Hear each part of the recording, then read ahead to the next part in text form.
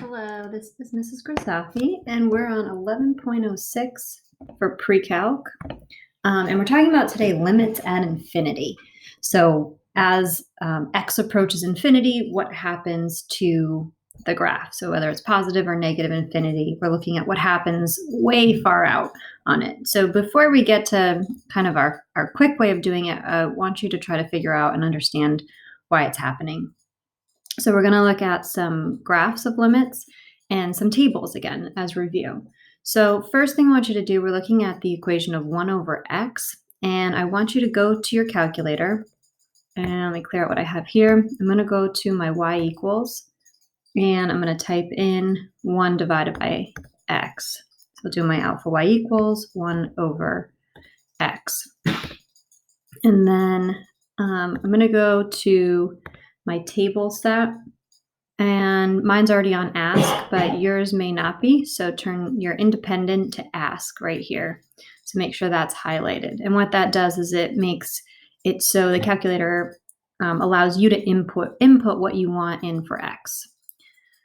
Okay, so now let's go to the table, and I already have things in here, and that's okay. I'm just going to type right over the x value. If you have stuff in yours, you do the same. Your screen right now may just look completely blank, and that's fine too.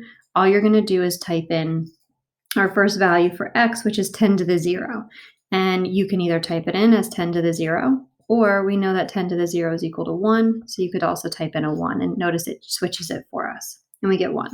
Okay, the next one in the table says 10 to the first, so just 10. And that gives me 0.1. Then it says 10 squared, 0.01.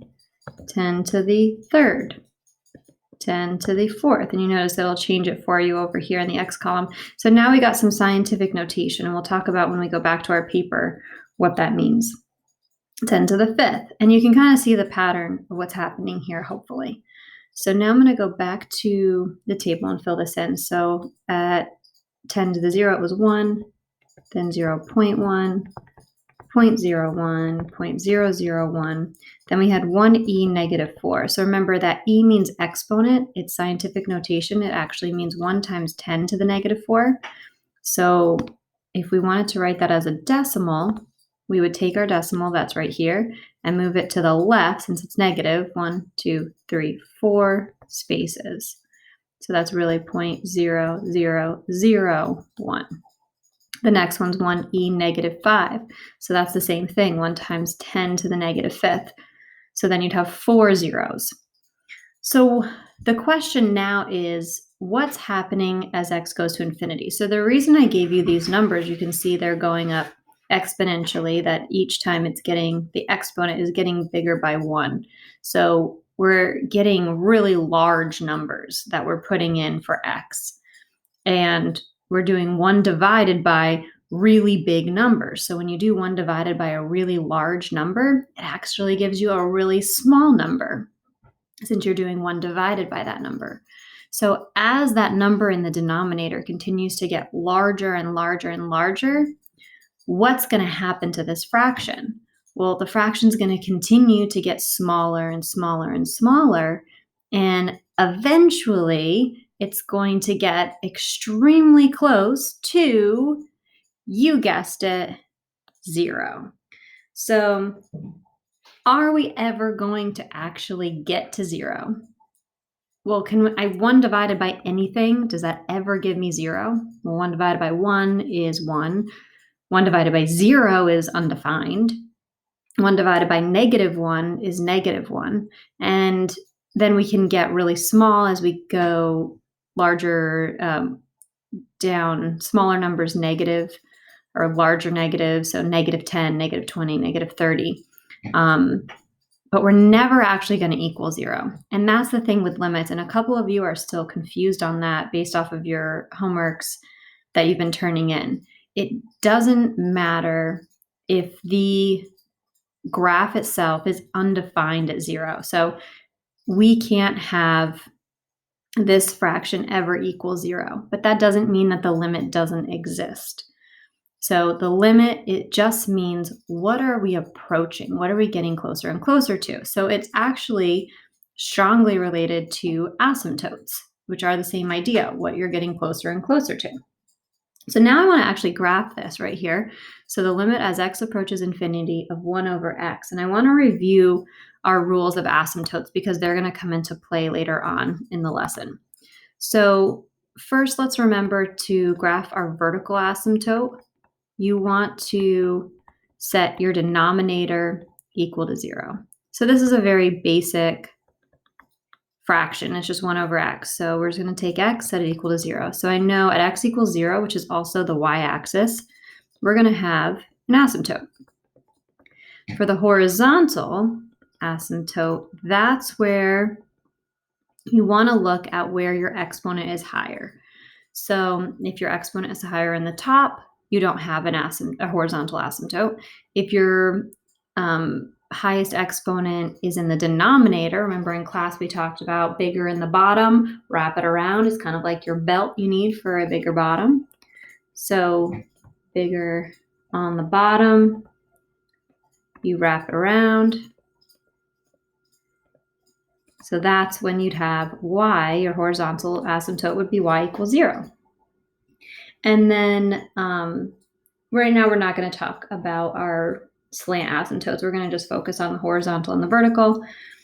And if the one I left off here for horizontal was if your exponents are the same in the numerator and the denominator, then you would take the coefficients of them.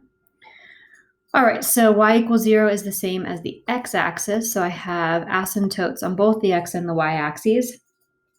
And we should have this graph memorized with our parent functions. If you don't, you may need to generate a table. When you do that table, make sure you include some negative numbers. So if I put in a -2, that's 1 over -2. -1 would be -1. And at 0, we know we're going to be undefined. And that makes sense because we have our asymptote right there. You might even want to include -1/2 in here. So if I put a point at -1/2, 1 divided by -1/2, remember your keep, change, flip, would give you -2. And then the same for the positive. So maybe +1/2, that's going to give you a +2. +1, 1, and +2 will give you a +1/2. And let's plot those points. So -2, -1/2, -1, -1, -1/2, -2.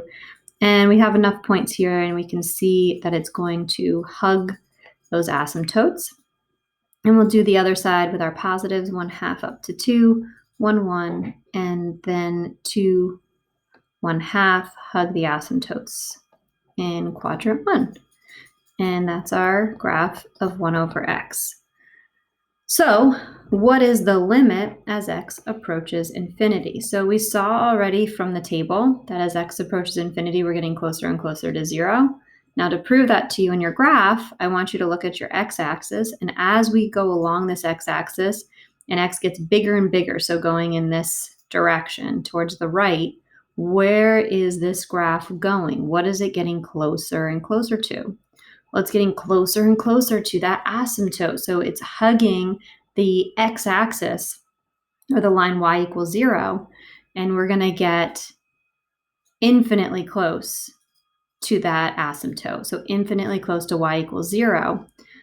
We'll never actually touch it, but we are approaching it.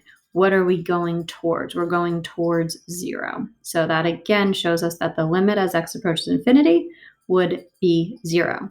I also want you to take note here that it was an asymptote. It was your horizontal asymptote that tells us what that limit's going to be. Let's look at number 2. Graph the function of x plus 1 over 2x. Determine the limit of this graph as x approaches infinity. Create a table to verify your answer. So first of all, we have our f of x, which is x plus 1 over 2x. Let's talk about our vertical asymptotes first. So that's when we set our denominator equal to 0. Divide by 2 on both sides, we get x equals 0. And our horizontal asymptote, this one, notice that your highest exponent in the numerator is 1 because it's x to the first. You're always looking at the variable. In the denominator, it's also x to the first. So if they're the same, then we take their coefficients. So it'll be y equals 1/2. So we can graph these in. So I've got y equals 1/2 and x equals 0, which is the same as our y-axis. So that's x equals 0, and this one is y equals 1/2. And then we need a couple points. So we can use your calculator at this point, or I'm just going to erase this so you can see it better. Or you can substitute in. So if I want to put in, let's say -4, because I want to make sure I get some negative values in, I could do -4 plus 1/2 times -4. That's going to give me +3/8 because a negative over a negative. If I put in -3, I'd get -2 over -6. That gives me 1/3. -1, let's put in, that's going to give me 0. At +1, that's 2/2, so that's 1. And at 2, we'd get 3/4. So again, you can do it in your calculator. It might take you longer, but you can go ahead and, like I did, substitute in. I kind of did it fast, but you're welcome to show more work and substitute those in as well. Right now would be a good time to pause the video and make sure that you understand how we got that table and where those numbers came from. Okay, so we've graphed our horizontal and our vertical asymptotes. Now I have all these points. So I want to plot those to kind of figure out where the graphs are looking like. Is it going to be in like the first and the third quadrant, the second and the fourth? What exactly is it going to look like? So I'm going to go left 4, 1, 2, 3, 4, and up 3/8. So remember, 4/8 would be the same as a half. So we're definitely below that 1/2 line because we're 3/8, which is less than 4/8, which is that blue line, which is 1/2. -3, we're going to be at 1/3. And at -1, we'll be at 0. And that's all we have for the negative side. So we can see here we're going to hug those asymptotes. And then we're at 1, 1, so that's clearly above 1/2. And at 2, we're at 3/4, also above, but a little hard to plot because my 1/2 is a little off. And again, we're going to hug those asymptotes there. Label with our original equation, x plus 1/2x. And now we're asked to find the limit as x approaches infinity of x plus 1/2x. So I want you to look at your x-axis again. Over here is your x-axis. And we're going towards infinity. So we want to go to the right and ask ourselves, what's happening to this red graph if we extend it all the way to infinity? So to the right, as far as we can go. Much as it could go on forever and ever. And hopefully you're thinking in your head, well, that is going to get infinitely closer to that horizontal asymptote again, and it's never, ever going to cross it. So our limit as x approaches infinity is going to be that asymptote right there, which is +1/2. And the last part of this says to verify it using the table. So what I would do when it asks you to verify using a table is just go up by pretty large numbers. So just like the top table, maybe start at 10 and then go to 100 and then go to 1,000 and just start to see what's happening. So in for your y1, you would put in x plus 1/2x. Again, change your independent to ask. And that's under your table set. And then just type in 10, 100, 1,000. You should see, and here again would be a good time to pause, put that into your calculator, and then check with me to see if you get the same in your table. So I got 0.55, then I got 0.505, then I got 0.5005, and you can see these numbers are getting closer and closer. They're going down, but they're getting closer and closer to just 0.5. Your calculator may eventually show you that it is actually 1/2, but it won't. That's just the calculator rounding. It doesn't actually mean that we reach 1/2. We will never reach 1/2 because there's an asymptote there. We're undefined at that horizontal asymptote. So that just kind of verifies it using your calculator, using the table, that it's 1/2. Okay, and this is the last graph that we're going to do for these. This one says to graph 4 over x squared minus 5. And what's the end behavior as x approaches infinity, or negative infinity this time? So let's talk about our asymptotes again. So vertical asymptote, we set our denominator equal to 0. So this one, x squared equal to 0, means we're just going to have x equals 0.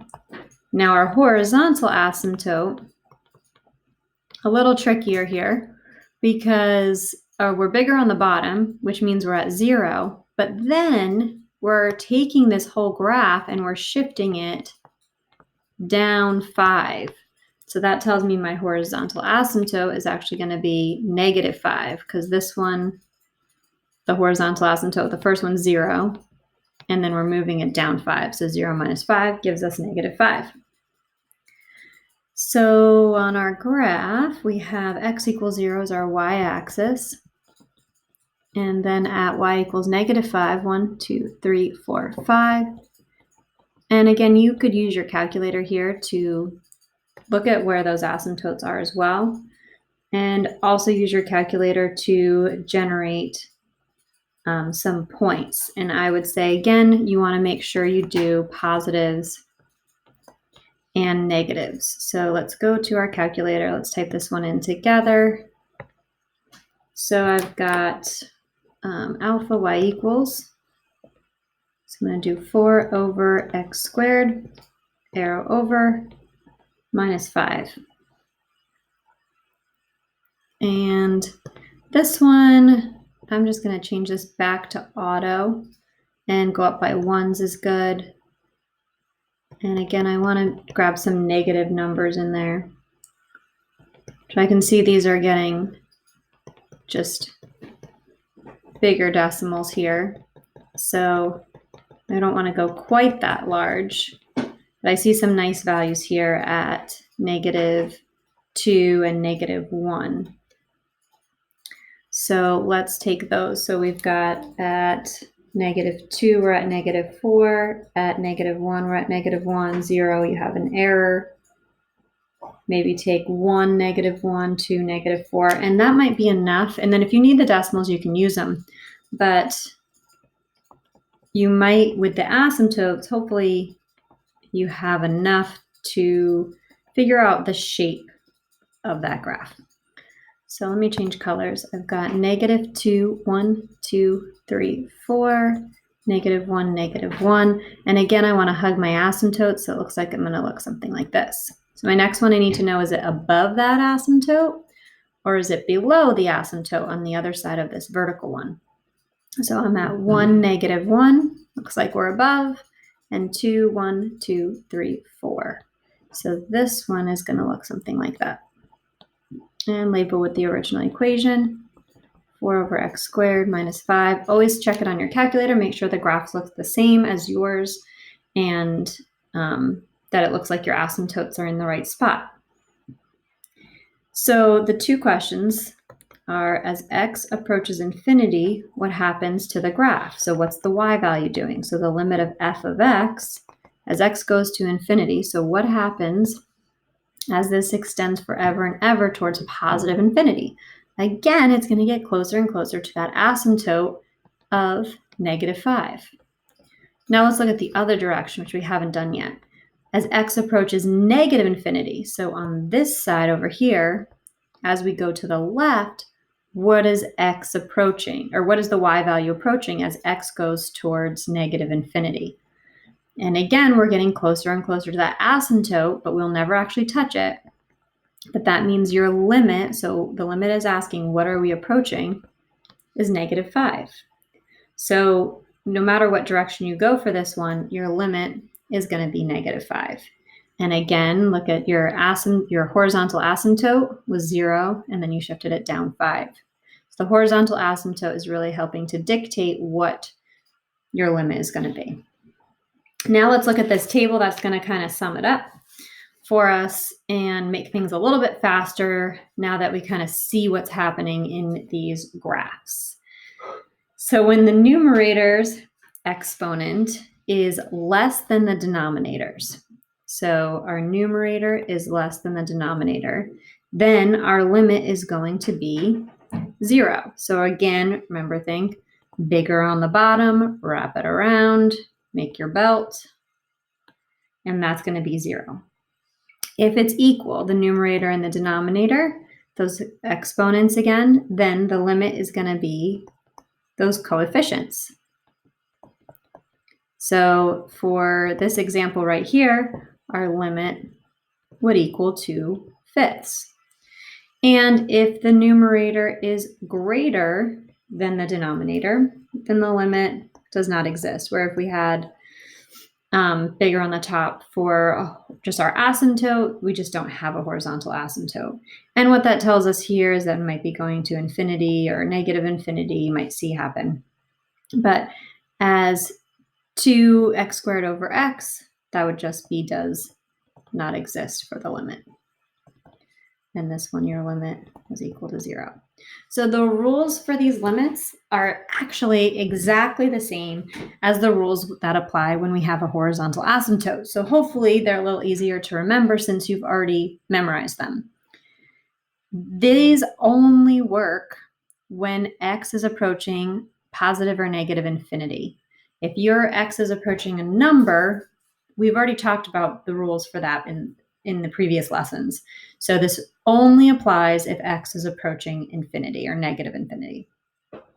So let's do some practice. And now we can make them a lot shorter and kind of just use these rules to go through them quickly. And the reason these work too is that we're looking at when we grow exponentially. So like when you have the highest exponent in the denominator and the numerator, it kind of dominates that fraction because it's growing so much faster than constant numbers that might be in it. So that's why we're looking at those. So as x approaches infinity, so we know we can use our rules, 4 over x² minus 5. So really what we're looking at is the limit as x approaches infinity of 4 over x² minus the limit as x approaches infinity of 5. I already used my negative, so I don't need negative 5. All right, so the first one, we are bigger in the bottom, so that tells us it's going to be 0. Here, we don't have any exponents, so really this is just graphing 5 right there. So the limit as x approaches infinity would still just be 5. So that's like saying y equals 5. So as x approaches infinity, y is still going to be 1, 2, 3, 4, 5. If you have a straight line at y equals 5, if you go to x is infinity, so as you go to the right, as far as you can go, y is still going to be 5. So our final answer here is negative 5. So when it's subtraction like this, you're just going to break them apart. Hopefully that looks familiar to you from the top of that page, number 3. Same equation, except that way we did it using a graph, and we saw that the x approaches negative 5 because that was our horizontal asymptote. All right, letter B. I would pause the video here. It's very similar to letter A. See if you can do it on your own, and then we'll go over it. All right, so I'm going to break this one apart just like I did the last one. So the limit of 4 as x approaches infinity minus the limit of 3 over x² as x approaches infinity. So again, this is like y equals 4. As x goes into infinity, y is going to stay 4. The next part right here, x is bigger in the bottom. So that's going to be 0, and 4 minus 0 is 4.